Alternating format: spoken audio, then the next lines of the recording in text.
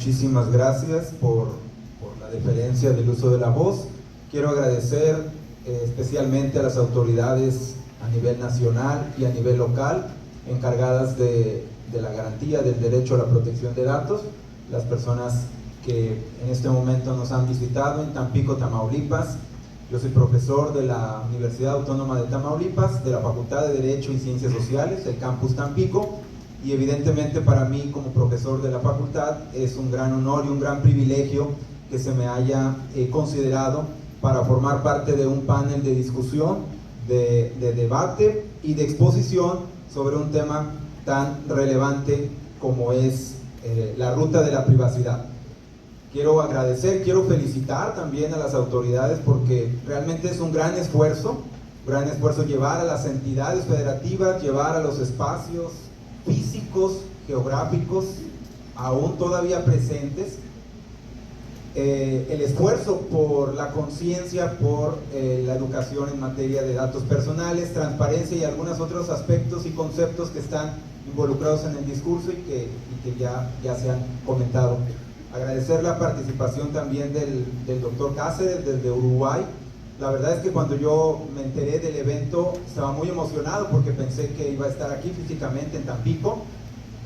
No identifiqué en un primer momento si era presencial o virtual, que es lo primero que uno ve e identifica, y empieza uno a hacer sus observaciones mentales sobre si vamos a ver a una persona tras las pantallas de la computadora y el internet, o vamos a ver a una persona físicamente, que ya es parte del discurso que nos ha dejado también la pandemia. Agradecer y saludar a las personas que nos siguen por la transmisión en línea. Veo que habrá autoridades, personas que nos siguen, que hacemos más que mirar un aparato para ver dónde está la cámara. Quizá todavía no nos acostumbramos en este entorno probablemente híbrido que tenga que ver con la consideración de los entornos. Se ha mencionado, por ejemplo, varios documentos que yo haré referencia, y se acostumbra a decir entornos digitales, y quizá tengamos que atender los entornos en los que todavía nos desarrollamos: entorno virtual, entorno digital, entorno real, entorno híbrido, etc. Probablemente para ello, no sé si se ven ya las diapositivas que se prepararon, desde la Clínica de Derechos Humanos, que tiene, les comparto porque esto forma parte de proyectos de investigación más amplios y que aquí nada más voy a mencionar algunas cuestiones. La Clínica de Derechos Humanos de la Facultad de Derecho tiene una área de investigación científica, y dentro del área tenemos una línea de investigación que se llama Compliance en Derechos Humanos, Género e Interseccionalidad, tal cual el título así, y son palabras que probablemente hayamos escuchado en algunos otros entornos, pero también en la conferencia del doctor Cáceres, del cual yo la verdad estoy muy honrado en haber podido leer algunos documentos del doctor desde hace algunos años que él está investigando. Él inicia, incluso no se mencionó, pero él trabaja mucho sobre el tema de neuroderechos laborales, porque va mucho con el tema de las empresas. Obviamente quedarnos solo en lo laboral o en empresas sería muy corto, por lo tanto él amplió y masificó el contenido que es aplicable, y es en lo que pudimos escuchar. Pero el punto principal que yo he leído del doctor es el ámbito laboral, y esto es muy importante en el ámbito laboral porque ahí se desempeña una tendencia o una forma de ser que le sirve mucho al derecho. Voy a tratar de explicar y voy a recordar de nuevo la pregunta. Es una pregunta que realmente yo creo que necesitamos un entorno más espectacular, más llamativo para hacer conciencia. Eso es un reto que tenemos que hacer, sobre todo para los jóvenes universitarios, ¿sí? En la mayor medida posible, en este auditorio físicamente están personas que estudian comunicación. Nos hubiera gustado que estuvieran personas que estudian derecho. Ya se ha recordado la necesidad de lo integral que debe ser el abordaje de este tema. Como pregunta que desata muchos debates, no nos va a alcanzar a mencionarlo todo, va a ser una especie de monólogo un poco de mi parte, porque sería bueno hacer una interacción con las personas que están enfrente, aquí, si pudiéramos interactuar, sería ideal, porque la verdad es que estaba observando un poco a mi compañero. El compañero trae preparado algunas cuestiones conceptuales mucho más específicas. Yo quería empezar por algunos conceptos, pero lo voy a dejar que aquí él lo explique mejor. Yo me voy a ir a la parte, yo soy jurista, ¿sí? Entonces voy a ir a la parte más jurídica. ¿Cuáles son los riesgos para los derechos humanos derivados del uso de la inteligencia artificial? La pura expresión inteligencia artificial es un extraño fenómeno para el mundo jurídico, a nivel mundial, a nivel nacional, imagínense a nivel estatal en Tamaulipas, imagínense a nivel del municipio en el que nos encontramos. Por lo tanto, es un reto muy grande hacer el salto de hacer una investigación sobre estos temas. Necesitaríamos un marco conceptual muy robusto, muy bien hecho, del cual también todavía se está trabajando en ello, para sobre ello sentar las bases de investigaciones posteriores, futuras y fiables, que no sean discutibles, algo que en política, en derecho, es muy complicado. Voy a compartir, pues ya está poniéndose algunos conceptos ahí. Comparto parte de mis redes sociales porque ahí voy a poner por escrito todo lo que diga aquí y con mucho mayor desarrollo. Voy a aprovechar estos minutos rápidamente casi para discutir y comentar. Ahí están mis redes sociales. Yo traía preparado, por ejemplo, la recomendación. Aquí hay un libro que se llama Privacidad es Poder, Datos, Vigilancia y Libertad en la Era Digital, de Carissa Bellis, que es una profesora española que enseña en la universidad en Reino Unido, en Oxford precisamente, y tiene muchos videos en YouTube también donde explica este libro. Lo hizo en inglés y luego se tradujo al español. Habla sobre la privacidad y cómo la privacidad, fíjense qué interesante, porque siempre se hablaba de que la transparencia era el poder. Hay un debate, hay una discusión teórica que no hemos podido solventar sobre la transparencia y los datos personales. Porque la transparencia, ni siquiera hemos podido configurar teóricamente si la transparencia es un derecho subjetivo en calidad de derecho humano. ¿Por qué? Porque tiene una versión objetiva que atañe a un sector social muy amplio y tiene una vertiente subjetiva. Uno de los principales debates para elaborar, crear, configurar, entender e interpretar derechos humanos. Si tarde o temprano vamos a caer en derechos humanos, y tarde o temprano vamos a confiar en el derecho, ¿qué hace el derecho para protegernos? Usa tribunales, usa leyes, usa disposiciones que en el Estado de Derecho implican un trabajo mucho mayor que no hemos tenido hasta la fecha. Entonces, esta idea de la transparencia va a estar siempre en contraposición, de alguna medida, entre la privacidad y los datos personales. ¿Cómo vamos a resolver esto? Hay varios principios de interpretación que se están utilizando y tarde o temprano los aspectos que estamos tratando en la mesa, como lo que comentaron sobre las imágenes, ¿sí? En la Clínica de Derechos Humanos estamos dirigiendo una investigación sobre una pregunta clave, que yo la voy a comentar porque tiene que ver con lo que estamos viendo, e incluso la pregunta es más práctica todavía. Ya contestando esa pregunta podríamos ir entendiendo parte de este gran tema que tenemos aquí. La inteligencia artificial, yo le llamo las inteligencias artificiales. Un poco el debate sobre la violencia, algunos colectivos hablaban de que eran las violencias.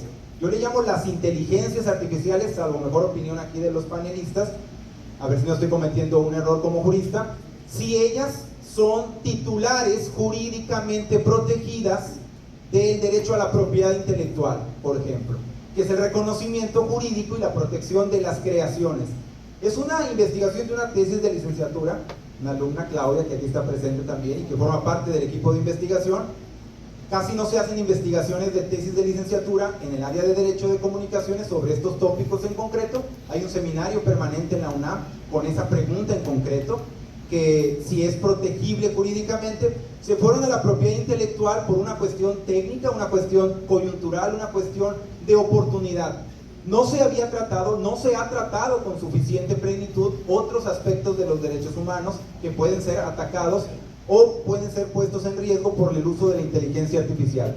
Este libro habla de cómo recobrar el poder ciudadano, ciudadana, el poder popular, el poder del pueblo, con la privacidad, con el resguardo de la privacidad, y expresa algunas indicaciones de cómo ciertos países y regiones podrían elaborar políticas públicas para atender esta preocupación. Yo recomiendo mucho su lectura, es muy amplio, merece una reseña especial y unos comentarios específicos que no vamos a tener ahora.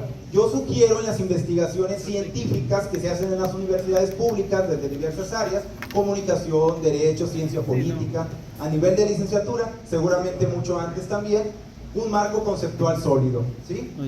Con algunos conceptos como qué es la inteligencia artificial. Ahí se vean algunos conceptos que yo traía preparados, pero mejor lo voy a dejar aquí al experto que nos hable un poco más de ello. Voy a pasar a algunos componentes y enfoques de las inteligencias artificiales, los desafíos y la parte que más nos puede reivindicar como seres humanos. Quizá incluso la parte ética sea parte de la última que atienda la inteligencia artificial. ¿Por qué? Porque ya hay razonamientos jurídicos con la inteligencia artificial. Ya le pedimos razonamientos jurídicos de silogismos, en términos muy sencillos, la premisa mayor, premisa menor y conclusión. Algo que hace 100 años probablemente una persona que reivindicaba el valor científico del derecho decía que era nuestra máxima forma de resolver un conflicto y con eso todos íbamos a vivir en paz. Más o menos, era la ciencia del derecho, el debate sobre si el derecho es una ciencia y el método científico aplicado al derecho. Evidentemente, a nivel mundial quedamos desfasados, al menos desde el punto de vista del derecho. Quisiera compartirles que cuando hablamos de derechos humanos, probablemente sepan, primero fue la ética antes del derecho para regular lo más desafiante en los años 45, 50, que era la experimentación con seres humanos. Aprovecho para compartir que en la Universidad Autónoma de Tamaulipas, en la Facultad de Enfermería, se crea un comité de ética en investigaciones científicas y que su labor tiene que ver con la identificación de los posibles riesgos de los derechos humanos involucrados en las experimentaciones e investigaciones científicas donde están involucradas personas. Y el gran reto era cómo íbamos a identificar cuando estaban involucradas las personas. Básicamente, cuando hacemos referencia a una persona o convivimos con una persona, ya hay una vinculación con una persona y por lo tanto ya hay una posibilidad o un riesgo de violación de derechos humanos.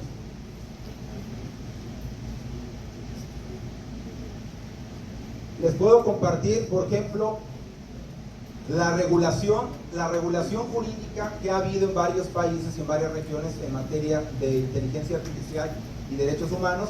Podría terminar solamente diciendo que en la Unión Europea se elaboró una política pública que pasó a ser un reglamento conocido a nivel internacional como ley, particularmente porque ya los reglamentos tienen más fuerza que la ley en el derecho comunitario en la Unión Europea. Podemos esperar, no voy a explicar con detalle lo que contiene esta y otras normativas porque no nos daría tiempo, daría solamente mi opinión al respecto de ellas, ¿sí? Considerando que ya varios países están involucrados en la regulación de la inteligencia artificial y están involucrando mucho los aspectos éticos. La parte ética es muy problemática para el derecho. ¿Por qué? Porque está sujeta a varias interpretaciones. Incluso se sugiere que ya la inteligencia artificial va de la mano de las posibilidades de la percepción y ahí es donde viene la posibilidad de salvar la percepción humana de la percepción mecanizada, cibernética o con el uso de alguna inteligencia artificial. Yo me quedaría aquí. La verdad es que yo estoy de acuerdo con los ponentes en su momento y con las personas que han tratado de explicar el tema. De alguna manera la versión o la perspectiva o la prospectiva de la prevención es una de las principales herramientas, pero en inteligencia artificial vamos a ir siempre por detrás en materia jurídica. Por lo tanto nos queda un poco la educación, tan solo lo del puro seguro del celular, seguro del coche, la parte de los seguros. No tenemos una cultura de la prevención. El compliance en materia laboral o en materia penal se ha empezado a desarrollar, no ha llegado a todos los sectores. Yo creo que podemos llegar al sector de los derechos humanos. Tendríamos que retomar todos los estudios teóricos y previos sobre derechos humanos en primer lugar y luego pasar a la posibilidad de nuevos derechos o a la posibilidad de creación de nuevos documentos jurídicos, porque tarde o temprano, si queremos usar el instrumento del derecho, llegaremos al juicio de amparo en algún momento y tendríamos que tener un aparato judicial o unos mecanismos y principios de interpretación que puedan vincular lo novedoso y lo tecnológico en lo que nos encontramos ahora con la realidad. Yo les agradezco mucho su atención y le cedo el micrófono a la moderadora. Gracias.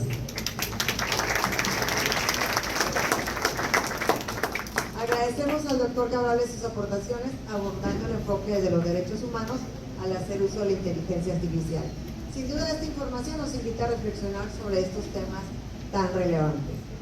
Y dando seguimiento a nuestro programa, cederé el uso de la voz